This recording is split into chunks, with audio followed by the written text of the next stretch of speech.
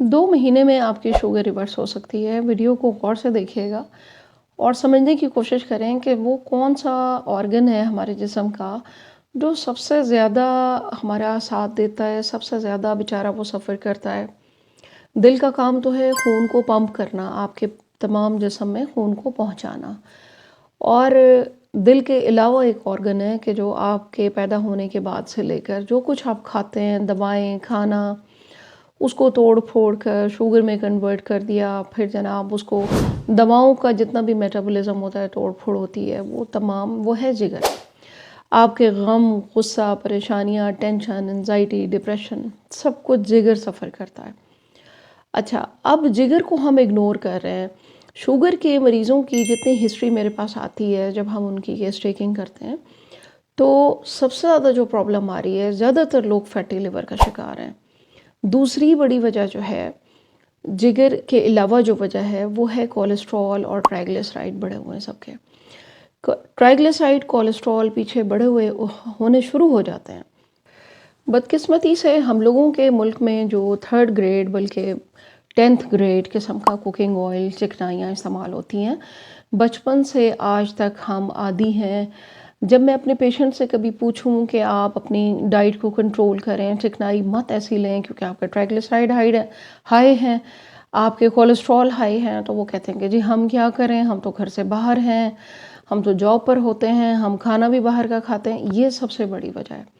جتنا ہو سکتا ہے اس کو ایوائڈ کریں۔ بری چکنائی آپ کے خون میں شامل ہوتی رہتی ہے، خون کو گاڑھا کرتی رہتی ہے۔ جب خون گاڑھا ہوتا ہے، یہ چکنائی ہی آپ کے لیے زہر ہے۔ خون گاڑھا ہونے کی وجہ سے اس کا بہاؤ کم ہو جاتا ہے، دل کو بھی کام زیادہ کرنا پڑتا ہے، اور آپ کے لبلبا جہاں انسولین بننی ہے، جگر، گردے، یہ تمام آپ کے جو ہیں وہ اس سے متاثر ہوتے ہیں۔ تو ہم نے 2 چیزوں پہ کام کرنا ہے، ایک ہے جگر، دوسرا آپ نے کولیسٹرول، ٹرائیگلیسرائڈ۔ آپ کو حل بھی بتانے لگی ہوں، سمپل سے اس کے حل ہیں۔ پہلے تو جگر کے بارے میں آپ کو بتا دوں کہ جگر کو جب تک آپ صاف نہیں رکھیں گے، ڈیٹاکسیفائی نہیں کریں گے، آپ یوں سمجھیں کہ روزانہ کا لوڈ اس کے اوپر پڑ رہا ہے۔ دل نے خون کو میٹابولائز نہیں کر رہا، دل نے کچھ میٹابولزم نہیں کر رہا، دل میں کوئی کیمیائی ریئیکشنز نہیں ہو رہے، سارے کیمیائی ریئیکشن جگر کے اندر ہو رہے ہیں۔ وہاں سے آپ کی دوائیں جب ٹوٹتی پھوٹتی ہیں نا، اس میں سے وہ والا مولیکیول علیحدہ کرتا ہے جگر، جس نے آپ کو فائدہ دینا ہے، وہ پھر چھوٹی آنت میں جا کر خون میں شامل ہوگا، اور پھر وہاں سے آپ کو دواؤں کے جو رزلٹ ملتے ہیں وہ اس طرح ملتے ہیں۔ تو کام کس نے کیا؟ کام تو جگر نے کیا۔ جگر نے آپ کی شوگر جو ہے وہ سٹور بھی کر کے رکھی، جب آپ کو خطرہ لاحق ہوا آپ کے جسم کو تو اس نے خون میں شوگر بھی بھیجنی ہے۔ ایک طرح کا کلاک لگا ہوا ہے اس کے اندر، تو وہ صبح شام دن رات کام کر رہا ہے آپ کے لیے۔ تو کیا ضروری نہیں ہے کہ اس کو بھی ریسٹ چاہیے، اس کو بھی ڈیٹاکسیفائی کرنا ہے؟ تو اس لیے آج کی ویڈیو بہت امپورٹنٹ ہے۔ آپ چاہتے ہیں 2 مہینے میں شوگر ریورس ہو جائے، آپ صحت مند زندگی گزاریں، ایک نارمل زندگی گزاریں، تو آپ نے یہ والا جوس بنانا ہے۔ ABC جوس آپ نے سنا ہوگا، A فار ایپل، بیٹروٹ، اور C جو ہے وہ کیرٹ یعنی گاجر۔ میں اس کے اندر 3 چیزیں اور آپ کو کہوں گی ایڈ کریں، بلکہ 4 چیزیں ایڈ کریں۔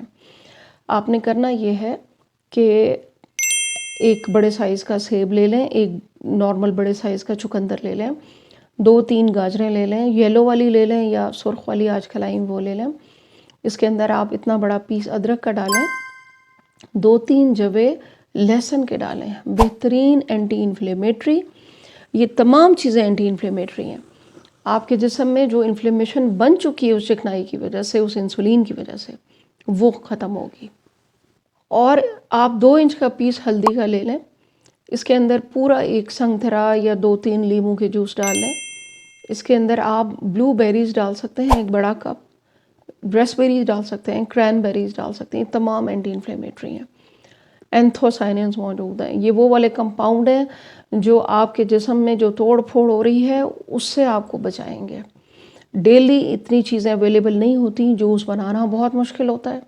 سب چیزیں ڈالیں، شیک بنا لیں، 2 گلاس پانی ڈال کے 3 گلاس، اس کو چھان لیں اچھی طرح۔ چھان لیا، آپ نے آئس کیوبز لیں، بازار سے نہیں ہیں، گھر میں آئس کیوبز خرید لیں، آپ ان کو کر کے فریزر میں ڈال دیں۔